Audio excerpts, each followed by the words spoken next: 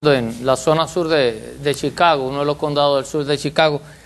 Íbamos a preparar una feria hispana para dar servicio y ayudar a todos los hispanos de la comunidad con información. Entonces hice contacto con diferentes agencias y entre ellas encontré una persona, una señora bastante joven, que dirigía una de estas agencias que da servicio a la comunidad. Hablé con ella para invitarlos a que se incorporara al proyecto que íbamos a hacer. Y poco a poco también le fui hablando obviamente de Jesucristo. Ella, con un doctorado en literatura y en educación, pues me empezó a hablar de sus maestros y me empezó a mencionar todos esos grandes maestros orientales. Hasta Buda cayó ahí. Y Confucio, pero otros más. Me empezó a hablar de los maestros y entonces me termina diciendo, y sí, en verdad Cristo fue un gran maestro. Y yo le dije, lo que pasa es, y la diferencia es, que Cristo salva, los demás maestros no. Y se quedó pensando y me dice, ¿es verdad? Jesús es un salvador. Hay gente que conoce a Cristo, pero ¿cómo debemos de conocerlo? ¿Cuál es la manera en que debemos de conocer a Cristo? El apóstol Pablo nos desafía y nos informa un poco sobre esto. Yo le invito a que busquen en la palabra de Dios en Colosenses capítulo 2. En Colosenses capítulo 2. Al principio en nuestra lectura bíblica leímos parte en el capítulo 1, ahora voy a leer en el capítulo 2 los versos 1 al 7. Dice el capítulo 2 de Colosenses 1 al 7. Porque quiero que sepáis cuán gran lucha sostengo por vosotros y por los que están en la Odisea y por todos los que nunca han visto mi rostro. Se preocupaba tanto por los que estaban en Colosas como también por los que estaban en la Odisea, es decir, todo ese territorio que correspondía al medio asiático, especialmente por la región del Mediterráneo, para que sean consolados sus corazones, unidos en amor, hasta alcanzar todas las riquezas de pleno entendimiento, a fin de conocer el misterio de Dios el Padre y de Cristo. Vuelvo a leer esta frase. Hasta alcanzar todas las riquezas de pleno entendimiento, a fin de conocer el misterio de Dios el Padre y de Cristo, en quien están escondidos todos los tesoros de la sabiduría y del conocimiento. Si quieres puedes, con el niño, que juega mucho por aquí, puedes ayudarle a jugar. ¿Alguien le puede ayudar a jugar? El niño le gusta jugar con otra gente, le gusta jugar con otros, para que no juegue solito dando vueltas por ahí, ¿verdad? No se maree. Sigo leyendo en el verso 3. En quien están escondidos todos los tesoros de la sabiduría, todos los tesoros de la sabiduría y del conocimiento. Y esto lo digo para que nadie os engañe con palabras persuasivas, porque aunque estoy ausente en cuerpo, no obstante en espíritu estoy con vosotros, gozándome y mirando vuestra buen orden y la firmeza de vuestra fe en Cristo. Por tanto, de la manera que habéis recibido al Señor Jesucristo, andad en Él, arraigados y sobreedificados en Él, y confirmados en la fe, así como habéis sido enseñados, abundando en acciones de gracia. ¿Qué es lo que estaba pasando en la iglesia de Colosas? ¿Por qué Pablo tiene que estar escribiendo y enfatizando sobre este aspecto de conocer a Cristo de una manera completa, de una manera plena, total, poder entender y comprender todos esos factores de Jesucristo? Lo que estaba sucediendo en Colosas, como en la mayor parte de las iglesias a las que se escriben las epístolas, cuando usted lee casi todas las epístolas, que hay, no solamente la de Pablo, también la de Juan y la de Pedro, casi todas ellas están tratando unos asuntos de las costumbres gnósticas y helenistas que se estaban dando. Es decir, el Imperio Romano, que había empezado a dominar todo ese territorio, como 300 años antes de que Cristo naciera, y ya para el tiempo de Cristo y posteriormente siguió no solamente dominando por varios años más, sino influyendo por varios años más. Todo este imperio a su vez fue afectado por otras corrientes. Los romanos tenían una cosa muy en particular. Ellos conquistaban militarmente conquistaban a las naciones, pero se dejaban influenciar por la cultura y por las costumbres y por supuesto por las religiones.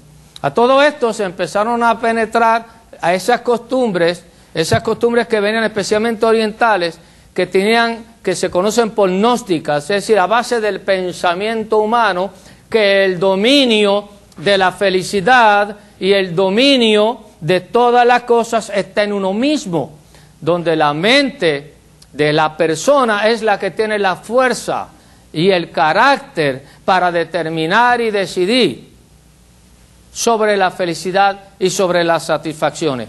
Junto con todo eso se vinieron una mezcla que incluye el idioma, que se llama el helenismo. Esa cultura romana, con todas esas costumbres que son helénicas, tenían una presión de tal modo que parece que la manera en que la persona iba a alcanzar su felicidad era a través de la gratificación. Es decir, para ellos era darse gusto en la vida. Todo era el gusto.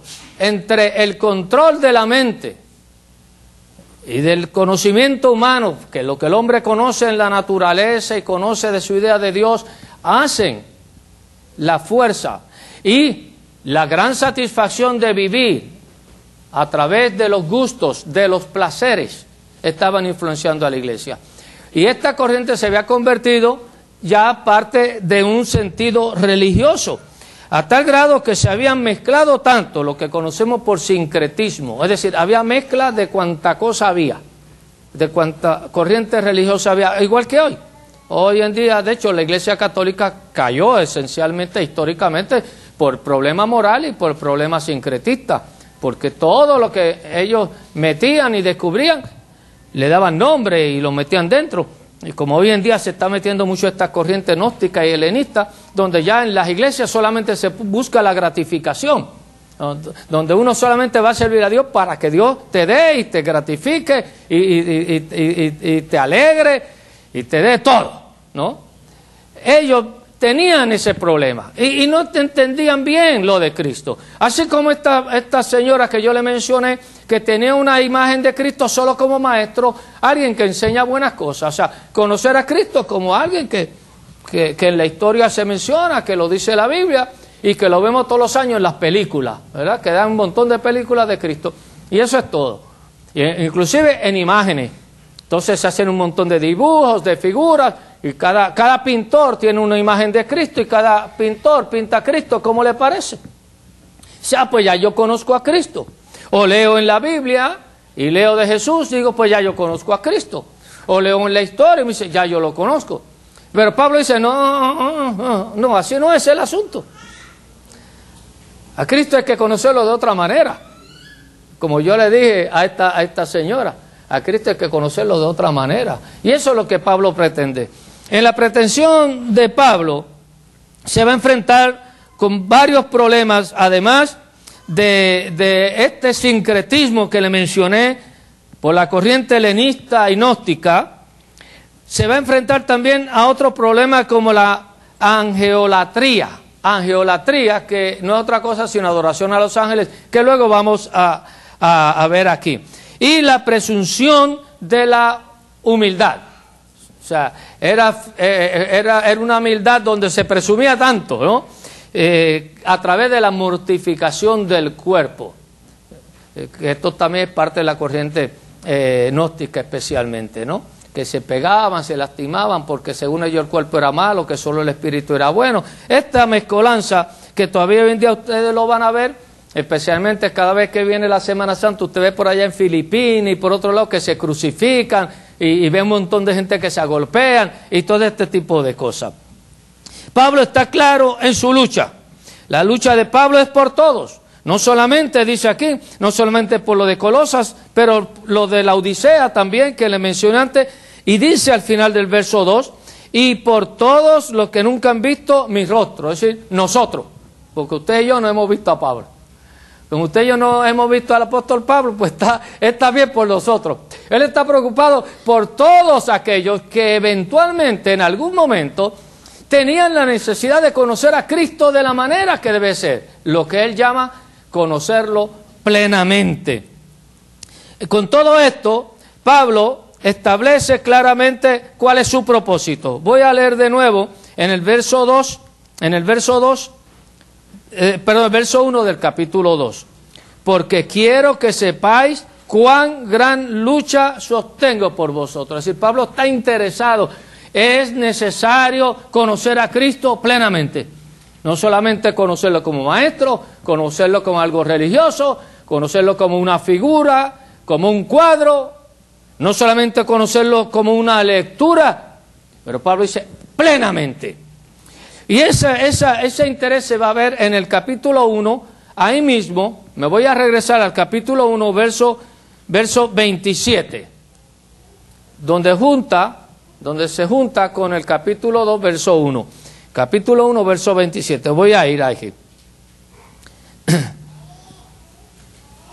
A quienes Dios quiso dar a conocer las riquezas de la gloria de este misterio entre los gentiles, que es Cristo en vosotros, la esperanza de gloria. Hay un misterio, ese misterio es Cristo, dice, en vosotros la esperanza de gloria, a quien anunciamos, amonestando ¿a qué? A todo hombre. Y aquí se usa en forma genérico, ¿verdad? Hombre, niño, mujer, anciano, etcétera. A quien anunciamos, amonestando a todo hombre y enseñando a todo hombre en toda sabiduría, a fin de presentar perfecto en Cristo Jesús a todo hombre. Así que Pablo está diciendo, este Cristo hay que conocerlo, pero hay que conocerlo de una manera especial, íntima. Y ese va a ser el propósito de Pablo, del que vamos a estar hablando hoy y el domingo en la mañana. Inclusive menciona que hay que conocerlo en la perfección. Vuelvo a leerlo. A fin de presentar perfecto en Cristo Jesús a todo hombre. Para lo cual también trabajo luchando según la potencia de Él, la cual actúa poderosamente en mí. Pablo dice, yo estoy luchando, pero estoy dependiendo del poder y de la gracia que Dios me da para poder hacer esto. Yo quiero que la gente conozca, entienda plenamente y sepa que Jesucristo ha venido en carne y que ha muerto por nosotros. Ese es todo el propósito que tiene Pablo. Y está luchando con la misma ayuda que Dios y el Espíritu Santo le da para que nosotros lo podamos entender. Y para que no tengamos solamente una imagen religiosa o tradición o tradicional, o no nos conformemos con ver las películas en Semana Santa, ¿no? Sino que deberá ser algo que transforme nuestro corazón y nuestra vida. La lucha de Pablo es por cada uno de nosotros. Él está tratando de que veamos ese misterio. Y algo misterioso quiere decir algo que está oculto, algo que no se sabe, algo que no conocemos. Por ejemplo, lo que yo tengo aquí, usted no lo sabe. Está oculto para ustedes, ¿verdad? Lo que yo tengo aquí detrás, ustedes no lo saben lo que hay. ¿Alguien sabe lo que hay? Yo creo que más que los de alabanza que quizás se abren aquí saben lo que hay. ¿Ah? Está oculto. Pero ¿qué si yo se lo revelo? ¿Van a saberlo?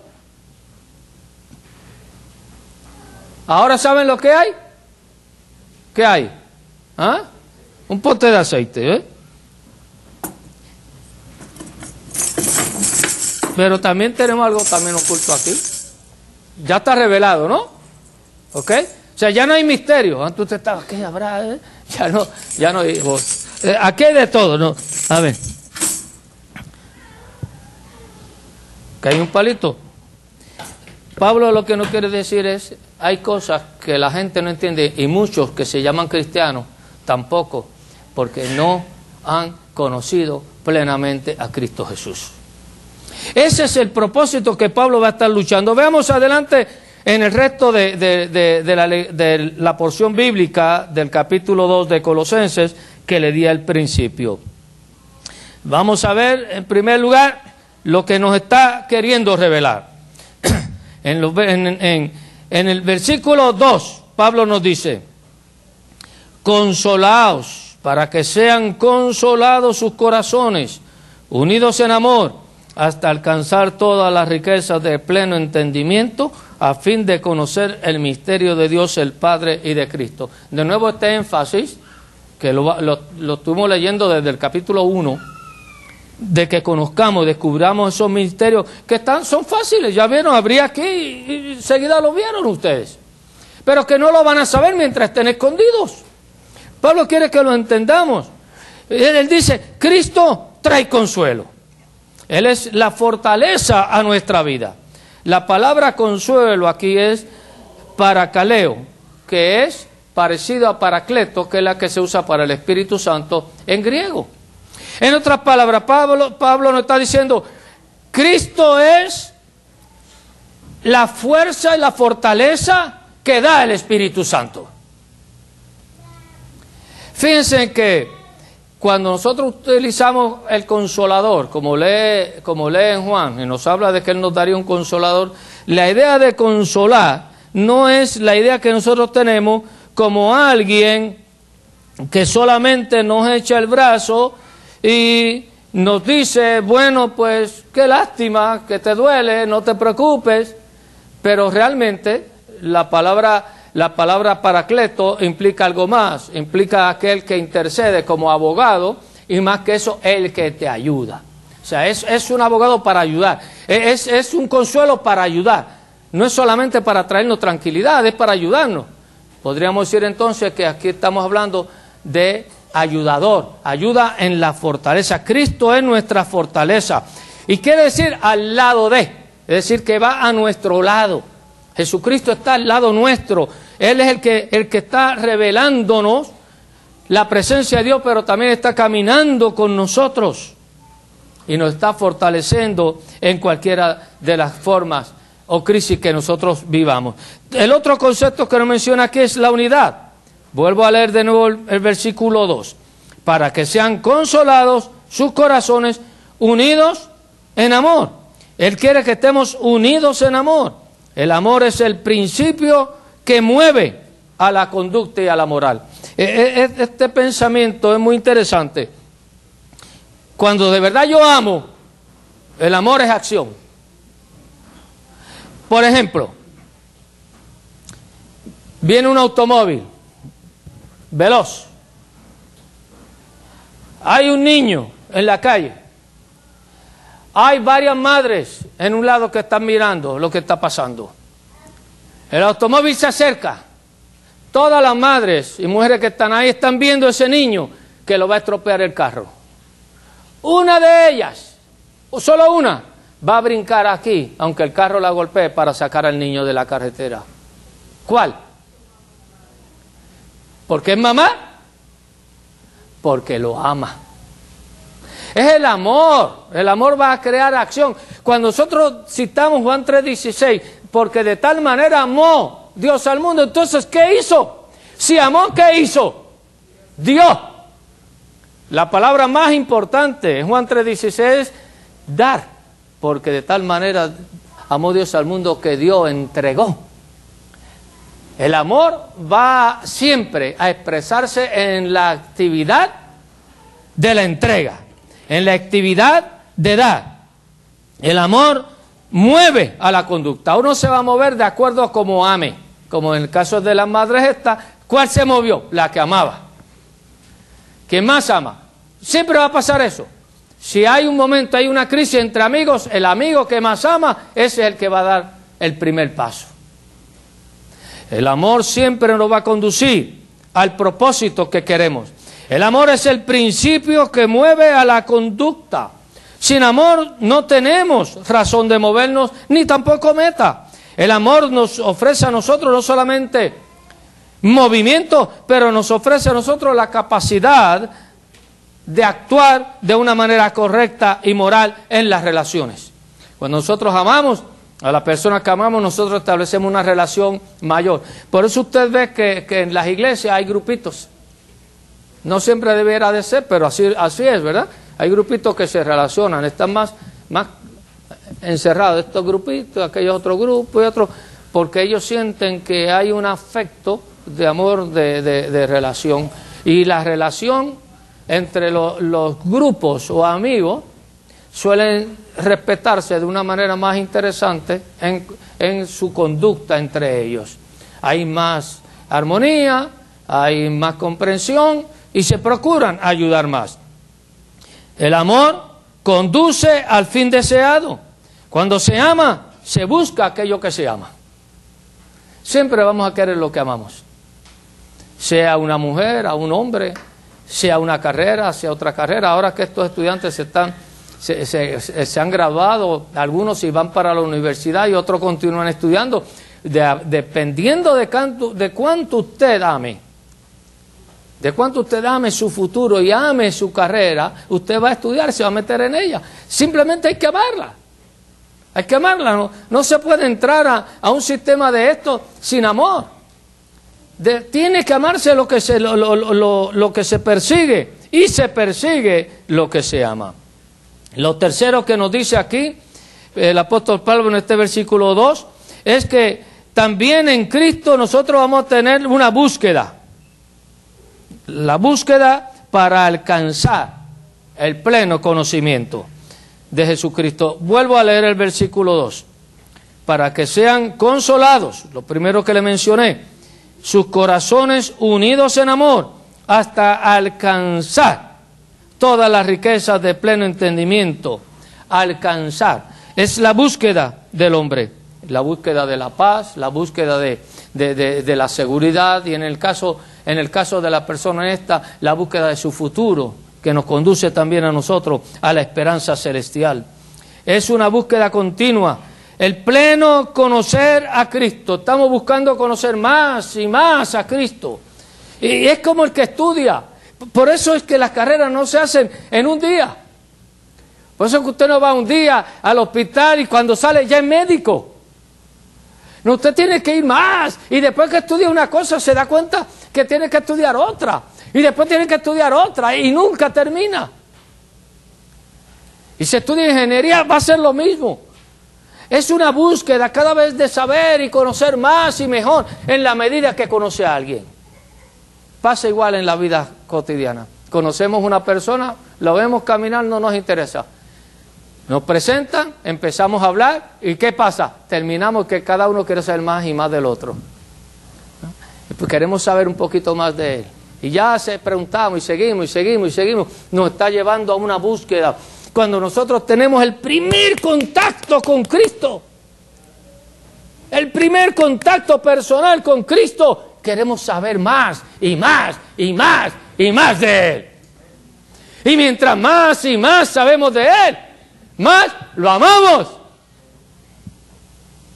Y descubrimos su amor, su carácter, su personalidad. Y descubrimos su poder. Y descubrimos su misericordia. Porque estamos en esa búsqueda, tratando de alcanzar ese conocimiento de Cristo, que no es solamente como el que tenía aquella señora que le mencioné al principio, que para ella Cristo era solo un maestro, alguien que enseña. Pero cuando uno tiene ese contacto con Cristo, no solamente es un Cristo que nos fortalece en el consuelo, no solamente es un Cristo que nos desafía en el amor para que nuestra vida tenga objetivo, tenga acción y actividad, pero también es ese Cristo que al llenar nuestra vida nos pone en nosotros el deseo de buscarlo y saber más y más de Él. Yo le confieso, hermano, cuando yo conocí a Cristo fue en el 1900, que teníamos años, se daña el micrófono siempre que hablo de esto.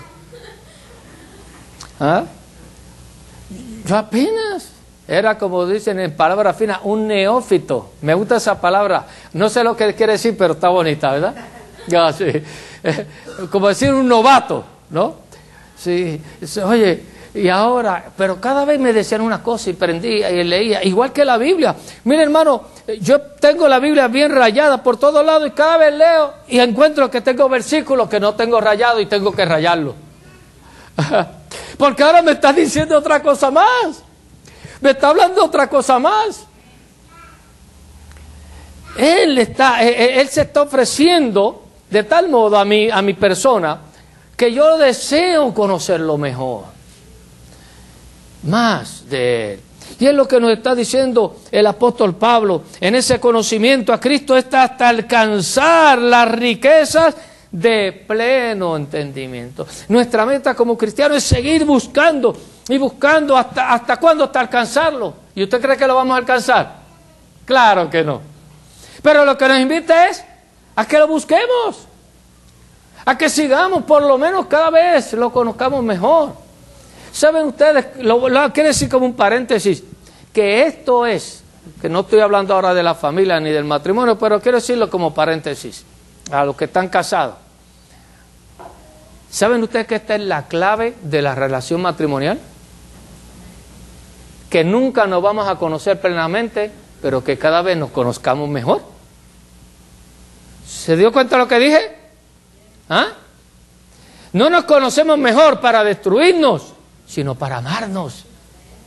Conocemos más a Cristo, no para dejarlo, sino para amarlo más y más y más cada día, como Él nos ha amado. Esa búsqueda no es solamente la búsqueda del mensaje, es una búsqueda de servirle. No es solamente oírlo, no es solamente leer, es estar con Él. Capítulo 3, versos 5 al 10. Capítulo 3, versos 5 al 10. Miren el efecto de ese acercamiento a Cristo. Aquí en Colosenses, capítulo 3, versos 5 al 10. Miren cómo el acercamiento nos va ayudando a conocerlo y a cambiar más, porque nosotros somos afectados por la gente que nos rodea. Haced morir, pues, lo terrenal en vosotros. Ya empieza el cambio, ¿no? Ya empezó. Me acerqué a Él y ya me está pidiendo algo. Haced morir, pues, lo terrenal en vosotros: fornicación, impureza, pasiones desordenadas, malos deseos y avaricia.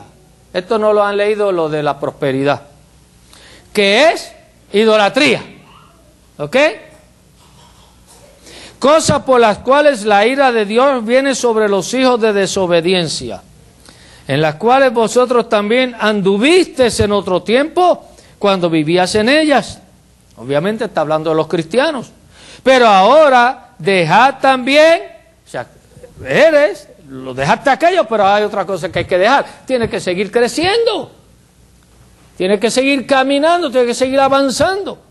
Pero ahora dejad también vosotros todas estas cosas: ira, enojo, ahí lo dice, hermano, él lo puso. Hermano, borre eso. No se puede borrar ira y enojo, hermano. No se puede borrar eso de la Biblia. Ay, bueno, pues hay que dejarlo. Mejor borrarla de nosotros, ¿verdad? Mejor de nosotros. O sea, hay que seguir adelante, hay que seguir caminando, hay que seguir buscando. Sigue diciendo: malicia, blasfemia, palabras deshonestas de vuestra boca. La otra vez hablé de las mentiritas blancas y verdes y amarillas y rojas. No mintáis, y aquí lo dice, no mintáis los unos a los otros, habiendo despojado del viejo hombre con sus hechos y revestido del nuevo, el cual conforme a la imagen del que lo creó, se va ¿qué? Renovando. ¿Hasta qué? ¿Hasta qué? El conocimiento pleno. La búsqueda de conocer plenamente a Cristo. En ese caminar del conocimiento se van dejando atrás el pecado y la maldad y todas aquellas cosas que nos lastiman y que hacen daño a nosotros y hacen daño a los demás. Pero hay algo más. Vamos a ver en el capítulo 1, verso 9 al 10. Vamos a regresar al capítulo 1, 9 al 10. Por lo cual también vosotros, digo nosotros, qué fácil, ¿verdad? Se lo pasé a ustedes. Por lo cual también nosotros, desde el día que lo oímos, no cesamos de orar por vosotros y de pedir que seáis llenos del conocimiento de su voluntad en toda sabiduría e inteligencia espiritual, para que andéis como es digno del Señor, agradándole en todo, llevando fruto en toda buena obra y creciendo en el conocimiento de Dios. Agradándole en todo.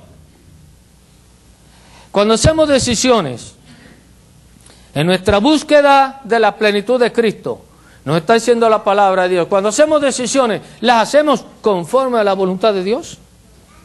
Recuerden ustedes cuando Jesucristo estuvo batallando poquito antes de su entrega y de su muerte en el Getsemaní, que oraba a Dios, al Padre. Dice la Biblia que es como gotas de sangre. Algunos dicen que oraba sangre. No oraba gotas de sangre, oraba como. O sea, no era. Cuando dice como es una comparación así que no era. ¿Ok? Y oraba a Dios y decía, Señor, yo no puedo más, mira que estoy apenado, mira que no, que esta carga, que estoy triste hasta la que mi alma está batida. Hasta que por fin Él llega y dice, que no se haga mi voluntad, sino ¿qué? Sino la tuya. La plenitud de Cristo es cuando nosotros entregamos nuestra voluntad a la de Él. Cuando llega el momento en que mis decisiones están basadas en lo que Él quiere y no en lo que yo quiero. Que usted el domingo de la mañana no se quiere levantar a las 8 de la mañana para venir a la iglesia, que no es gran cosa a las 8 de la mañana. Que usted no se quiere levantar a las 8 de la mañana para venir a la iglesia, pregúntele a Dios qué es lo que Él quiere. Dígame usted, ¿qué usted cree que Dios quiere? Usted lo va a hacer para su voluntad, por eso no crecemos, por eso no tenemos la plenitud del conocimiento de Cristo, porque no actuamos conforme a su voluntad. En esta búsqueda, nuestra voluntad tiene que estar sometida para poder conocerla a Él. Tenemos que dejar que su conocimiento, su plenitud de su gracia nos vaya llenando. Para decirlo en una forma nuestra, mientras nosotros seamos duros, que no damos a torcer el brazo, mientras insistamos en esto y en esto, no podemos recibir el conocimiento. Si por allá me voy a una escuela de medicina y los libros me dicen que tengo que tomar esto y aquello, y el médico especialista me dice esto y aquello, no, yo con aspirina lo curo. Mientras usted insista que lo va a resolver con aspirina, jamás va a aprender. Mientras nosotros insistamos en que la vida cristiana es a la manera nuestra, jamás vamos a ser llenos del pleno conocimiento de Jesucristo. Mientras nosotros impongamos el yo, impongamos nuestro estilo y no nos sometamos a la manera de Jesucristo. Nos dice en el capítulo 2, vuelvo al capítulo 2 de Colosenses, versos 3 al 5 ahora. Capítulo 2, versos 3 al 5. En quien están escondidas todos los tesoros de la sabiduría y del conocimiento. Está bonito, pero es algo más que bonito, es verdad. En quien están escondidos todos los tesoros en la sabiduría y del conocimiento. Y esto lo digo para que nadie os engañe con palabras persuasivas. Que el conocimiento de Dios está claro, las cosas de Dios, de Cristo están claras, y que nadie tratar, como dicen en mi tierra, comernos el cerebro, ¿no? No sé cómo le dirían acá, así como que trata de que tú se lo creas, ¿no? Como pasa por ahí con algunas muchachas y algunos muchachos que le hacen el cuentito y caen. O por teléfono te llaman y tú terminas comprando algo que no quieres, ¿no? Usted sabe que así es, ¿verdad? Como te van diciendo, ¿no? Te tratan de convencerse. No. Nadie puede ser engañado si ha puesto su fe y conoce plenamente a Cristo. Porque aunque estoy ausente en cuerpo, no obstante en espíritu estoy con vosotros, gozándome y mirando vuestra buen orden y la firmeza de vuestra fe en Cristo. Teniendo a Cristo entonces, en el conocimiento de Cristo, habiendo recibido ese conocimiento en Jesucristo, tenemos dirección. Entonces nuestra vida va a tener dirección. va a ir hacia algún lugar, va a tener meta y vamos a estar arraigados. Arraigados, usa la palabra el apóstol Pablo aquí. Porque aunque estoy ausente en cuerpo, no obstante en espíritu estoy con vosotros, gozándome y mirando vuestro buen orden y la firmeza de vuestra fe. Cuando estamos en Cristo, en el conocimiento de Él, nuestra fe es firme, nada la mueve, estamos arraigados, como dicen las Escrituras. Es decir, hemos echado raíces en Jesucristo.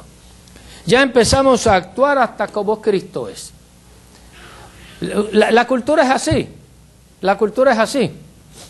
Cada uno de nosotros es más o menos de acuerdo a las raíces que echó cuando muchacho, cuando niño. En el país, en las costumbres, en los padres. Como fueron nuestros padres, nosotros sí ya y nos quedamos con eso. Esos primeros 8 años de nuestra vida casi plasma el 80% de cómo vamos a ser, ¿no? Tenemos unas raíces hasta de la manera de hablar. Mis hijas, Marbet y Francis, son mitad puertorriqueña y mitad mexicana. La mitad buena, por supuesto, es la puertorriqueña, ¿no? Pero dice que a veces Betty le dice, se le salió lo puertorriqueño. Y yo la checo y dice, y ahora se le salió los mexicanos, ¿no? Se tiene algo de cada cosa, pero no solamente por el aspecto genético del papá y de la mamá, pero también porque vivieron algo de tiempo en Puerto Rico y algo de tiempo en México. Y han vivido algo de tiempo aquí, así que tienen raíces de allá y de acá, están enraizados. Con el tiempo, como nosotros los adultos, y ahora usted examínese los adultos cuando estoy diciendo esto, con el tiempo, cuando sean ya mayores, 50, 60 años, usted va a ir yendo al pasado y va a ir descubriendo dónde estaban sus raíces, en sus recuerdos. Ahí van a estar, ¿ok? Nosotros tenemos que estar enraizados en Cristo. Es decir, que nuestra vida, de nuestras decisiones, de nuestro pensamiento, cuando nosotros nos quedamos en un análisis de nuestro ser, de nuestra persona, nosotros tengamos la influencia de Jesucristo. Se nos salga lo de cristiano. ¿Me explico? En lugar de salirse lo de mexicano o lo de puertorriqueño, salir lo de tejano y hablar de la guachatería o quién sabe qué, que se nos salga lo de Cristo. Eso es lo que está diciendo Pablo. En el conocimiento de Cristo ya estamos tan metidos en Él que estamos arraigados, amarrados. Nuestras raíces están en Cristo. El mismo Jesucristo diría la roca. Nuestra roca, en donde está construido nuestra fe, donde está construido nuestro ser, es Jesucristo. Teniendo todo esto, entonces, nos dice Pablo, habiendo recibido y recibiéndolo, tenemos dirección. Nuestra vida entonces sí tiene dirección. Sabemos a dónde vamos y por qué vamos y de dónde venimos. Y caminamos hacia Jesucristo, junto con Él. Colosenses 3, 12 al 17, termino por hoy en esta parte. Colosenses 3, 12 al 17. Mire cómo describe el apóstol Pablo ahora ese caminar, esa manera de estar enraizado, de estar amarrados con Cristo. 12 al 17, capítulo 3 de Colosenses. Vestíos pues como escogidos de Dios, santos y amados. ¿Está lindo o no? De entrañable misericordia, de benignidad, de humildad, de mansedumbre, de paciencia, soportándoos unos a otros. ¿Qué dice? Quiero oírlo. ¿Qué dice? Otra vez, pero bien duro. Otra vez. Es más fácil leerlo que soportar, así que mejor léalo. Mejor léalo. Otra vez. Soportándoos unos a otros Es más fácil léalo porque es fácil leerlo, lo difícil es soportarlo. Y perdonándonos unos a otros. A ver, esta parte. Y si alguno tuviere queja contra otro, de la manera que Cristo os perdonó. Así también, ¿qué? Y sobre todas estas cosas, vestidos de amor, que es el vínculo perfecto. Y la paz de Dios gobierne en vuestros corazones, a la que asimismo fuisteis llamados en un solo cuerpo, y sed agradecidos. La palabra de Cristo mora en abundancia en vosotros, enseñándoos y exhortándonos unos a otros en toda sabiduría. Y aquí le da un consejo al grupo de alabanza: cantando con gracia en vuestros corazones al Señor, con salmos e himnos y cánticos espirituales. Y todo lo que hacéis, sea de palabra o de hecho, hacedlo todo en el nombre del Señor Jesús, dando gracias a Dios Padre por medio de Él. Conociendo a Cristo en este camino en que nos acercamos para conocerlo más, tenemos que evadir las influencias de todas estas corrientes filosóficas que nos ofrece el mundo, y tenemos nosotros que aceptar el consuelo, la fortaleza que Jesucristo nos da, buscar esa unidad en el amor con Él, para que nuestro amor tenga metas, para que nuestro amor nos mueva hacia los objetivos divinos. Busquemos alcanzar, caminemos tratando de alcanzar el pleno conocimiento de la voluntad de Dios en Cristo. Y teniendo a Cristo, no nos dejemos engañar por una fe falsa, no nos dejemos engañar por ninguna influencia mala que nos ofrece Satanás y el mundo.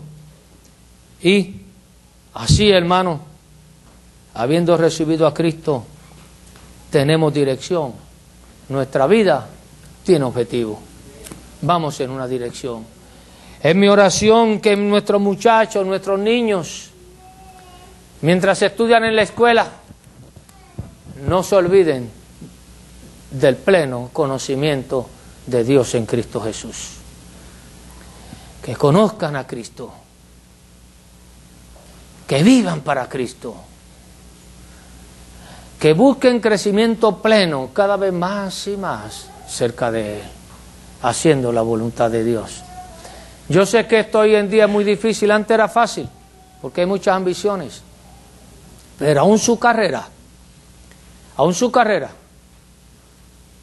su universidad, aún sus planes futuros, tienen que estar dentro de la voluntad divina. Porque usted crece si hace las cosas para Dios, para gloria de Dios Padre. Vamos a estar de pie, vamos a tener un momento de oración y luego vamos a presentar a los estudiantes y a los graduados y vamos a reconocerlo hoy, pidiendo de todo corazón que ellos tengan el pleno conocimiento de Jesucristo. Porque en la escuela en este país y en muchos lugares cada vez es peor. En lugar de acercarse a Cristo, no hay nada que tenga que ver con Cristo. Y lo que hay, lo hacen superficialmente. Que nuestros jóvenes tengan el valor de hablar de Cristo en sus escuelas. Que nuestros niños sin miedo puedan llevar y patrocinar aquellas cosas que son de Cristo. Conociendo a Cristo, yo puedo decir como Pablo, yo sé en quién he creído. Padre, te damos gracias, Señor. Ayúdanos y bendícenos, Padre, hasta que alcancemos el pleno conocimiento de tu gracia, el pleno conocimiento de Jesús, que podamos ir caminando y caminando en pos de Él. Que el domingo que viene podamos completar, Señor, esta enseñanza, este concepto, y que podamos descubrir el misterio oculto que realmente tú quieres darnos, Señor, para que podamos ser salvos. No solamente tener en Cristo un maestro, o una costumbre, o una religión, sino tener un Salvador y un Señor. Bendícenos, te lo pedimos, en el nombre de Cristo. Amén. Amén. Gracias a Dios. Pueden sentar.